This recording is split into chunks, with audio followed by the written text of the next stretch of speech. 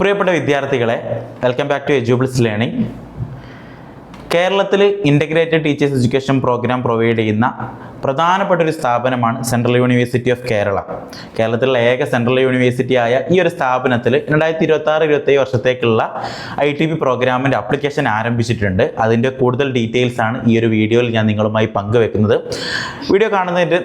വീഡിയോയുടെ പൂർണ്ണമായിട്ടുള്ള കാര്യങ്ങൾ പറയുന്നതിന് മുമ്പ് നിങ്ങളോ നിങ്ങളുടെ പരിചയത്തിൽ ആരെങ്കിലും NCET എക്സാമിന് വേണ്ടി പ്രിപ്പയർ ചെയ്യുന്നുണ്ടെങ്കിൽ അവർക്കുള്ള ഏറ്റവും നല്ലൊരു ഓപ്ഷൻ ആയിരിക്കും എജ്യൂബിൾസ് ലേണിംഗ്. അപ്പം ഈ ഒരു ചാനലിലൂടെ, നമ്മുടെ ഒരു പ്ലാറ്റ്ഫോമിലൂടെ കേരളത്തിൽ one of the authentic coaching preparation നമ്മൾ NCET എക്സാമിന് പ്രൊവൈഡ് ചെയ്യുന്നുണ്ട്. അപ്പോൾ താല്പര്യമുണ്ടെങ്കിൽ നിങ്ങൾ താഴെയുള്ള കമൻറ്റ് ബോക്സിലുള്ള നമ്പറുമായിട്ട് നമ്മളെ കണക്ട് ചെയ്യാം. അപ്പോൾ നമുക്ക് വീഡിയോയിലേക്ക് പോകാം. നമുക്കറിയാം, കേരളത്തിലെ കാസർഗോഡ് പെരിയയിൽ സ്ഥിതി ചെയ്യുന്ന ഈ ഒരു സ്ഥാപനത്തിൽ നമുക്ക് BA B.Ed, BCom B.Ed, BSc B.Ed 3 ITP program provide ചെയ്യുന്നുണ്ട്. സെക്കൻഡറി തലത്തിലാണ് ഈ പ്രോഗ്രാം പ്രൊവൈഡ് ചെയ്യുന്നത്.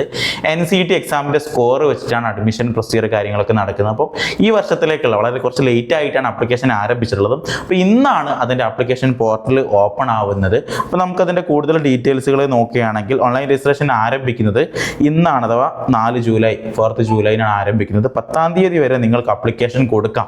അതിൻ്റെ ആപ്ലിക്കേഷൻ ഫീ ആയിട്ട് വരുന്നത് ജനറൽ കാറ്റഗറിയും OBCക്കും EWSനും വരുന്നത് 500 rupees ആണ്.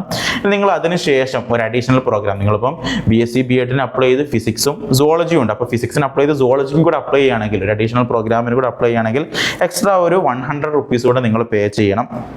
അതുപോലെ തന്നെ റാങ്ക് ലിസ്റ്റ് ഒരു ആപ്ലിക്കേഷൻ രജിസ്ട്രേഷൻ റിക്വയർഡ് ആണെങ്കിൽ മേ ബി 13 വരെ എക്സ്റ്റെൻഡ് ചെയ്യും എന്നും ഇതിൽ നമുക്ക് കാണാൻ സാധിക്കുന്നുണ്ട്.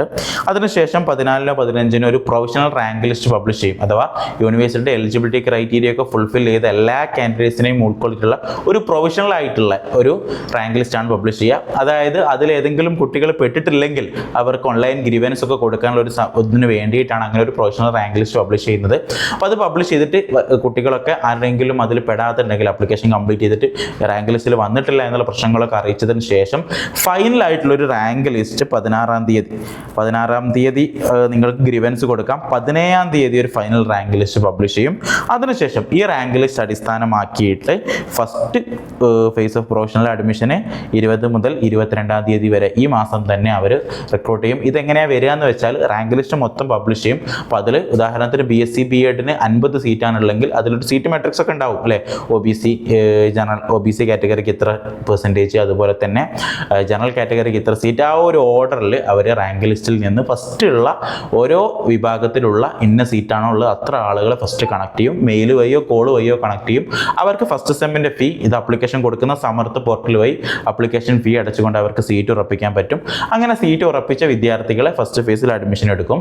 അപ്പോൾ ആ ഫസ്റ്റ് ഫേസിൽ എത്ര ആളുകളാണ് അവർക്ക് മെയിൽ അയച്ചിട്ട് റെസ്പോണ്ട് ചെയ്തിട്ടില്ലെങ്കിൽ ബാക്കിയുള്ള സീറ്റുകളിലേക്ക് എന്ത് ചെയ്യും, അതായത് ബാക്കി എത്ര സീറ്റാണോ വേക്കൻ്റ് ഉള്ളത് എന്ന് 23-ാം തീയതി അവർ പബ്ലിഷ് ചെയ്യും വെബ്സൈറ്റ് വഴി. അതായത് ഫസ്റ്റ് ഫേസിൽ അഡ്മിഷൻ എടുക്കാതെ ബാക്കിയുള്ള അതിലേക്ക് സെക്കൻഡ് ഫേസിലേക്ക് എന്ത് ചെയ്യും, 24 മുതൽ 27-ാം തീയതി വരെ അവർ ആ കുട്ടികൾക്ക് മെയിൽ അയക്കും, അല്ലെങ്കിൽ കോൾ വഴി എന്ത് ചെയ്യും പോകും. അവരിൽ നിന്നും എന്ത് ചെയ്യും, കുട്ടികൾ ഫീ അടച്ചിട്ട് ഓൺലൈൻ അഡ്മിഷൻ എടുക്കും. എന്നിട്ട് ഇനിയും സീറ്റ് വേക്കൻ്റ് ഉണ്ടെങ്കിൽ അവർ 28-ാം തീയതി വേക്കൻ്റ് പൊസിഷൻസ് അനൗൺസ് ചെയ്യും. എന്നിട്ട് ഫൈനൽ ഫേസ് ഓഫ് അഡ്മിഷൻ എന്ത് ചെയ്യും, 29-ാം തീയതി മുതൽ 31-ാം തീയതി വരെ നടത്തും. അതാണ് ഒരു മൊത്തത്തിലുള്ള അഡ്മിഷൻ പ്രൊസീജിയർ വരുന്നത്. അപ്പം പിന്നെ ഓഗസ്റ്റ് 3-നാണ് ഫൈനലായിട്ടുള്ള ഇതിൻ്റെ ഒരു മൊത്തം അഡ്മിഷൻ ലിസ്റ്റിൻ്റെ ഒരു കംപ്ലീറ്റ് ലിസ്റ്റ് അവർക്ക് യൂണിവേഴ്സിറ്റി സബ്മിറ്റ് ചെയ്യേണ്ട ഒരു ഡേറ്റ് വരുന്നത്. അപ്പോൾ ക്ലാസ് 21-ാം തീയതി ജൂലൈ ആരംഭിക്കും. അതായത് first phase, second phase end ചെയ്യുന്ന ഡേ ആ ഒരു ദിവസം തന്നെ ക്ലാസ്സുകൾ ആരംഭിക്കും. അപ്പോൾ ഇതാണ് ഒരു മെയിനായിട്ടുള്ള അഡ്മിഷൻ പ്രൊസീജിയർ. അപ്പോൾ നിങ്ങൾക്ക് CU കേരളയുടെ സമർത്ഥ പോർട്ടലിൽ പോയിട്ടാണ് നിങ്ങളത് ആപ്ലിക്കേഷൻസ് കൊടുക്കേണ്ടത്. അപ്പോൾ അതിൻ്റെ ഡീറ്റെയിൽസ് കാര്യങ്ങളൊക്കെ ഞാൻ ഡിസ്ക്രിപ്ഷനിൽ കൊടുക്കാം.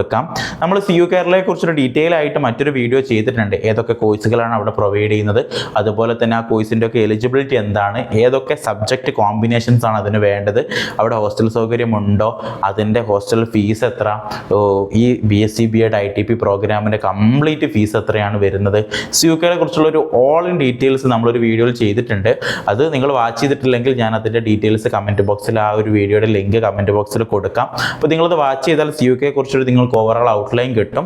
അപ്പം പിന്നെ പ്രധാനമായിട്ട് ശ്രദ്ധിക്കേണ്ടത് അവിടുത്തെ റാങ്കിങ് ക്രൈറ്റീരിയ എങ്ങനെയാണ് എന്നുള്ളതാണ്. അത് ഓരോ വിഷയത്തിനും ഓരോ റാങ്കിങ് ക്രൈറ്റീരിയ ആണ് വരുന്നത്. പ്രധാനമായിട്ടും ഡൊമൈൻസിൽ ഏറ്റവും സ്കോർ ആയിട്ടുള്ള സബ്ജക്റ്റിൻ്റെ 50% മാർക്കും ടീച്ചിങ് ആപ്റ്റിറ്റ്യൂഡിൻ്റെയും ജനറൽ ആപ്റ്റിറ്റ്യൂഡിൻ്റെയും 25% മാർക്കുമാണ് അവർ പരിഗണിക്കുക. അപ്പോൾ ആ ഒരു റാങ്കിങ് ക്രൈറ്റീരിയയും നിങ്ങൾക്ക് എന്ത് ചെയ്യാൻ പറ്റും, വെബ്സൈറ്റിൽ അവൈലബിൾ ആണ്. അത് നിങ്ങൾക്ക് മനസ്സിലായിട്ടില്ലെങ്കിൽ നമുക്ക് മറ്റൊരു വീഡിയോയിൽ ആ കാര്യങ്ങളായിട്ട് ഡിസ്കസ് ചെയ്യാം.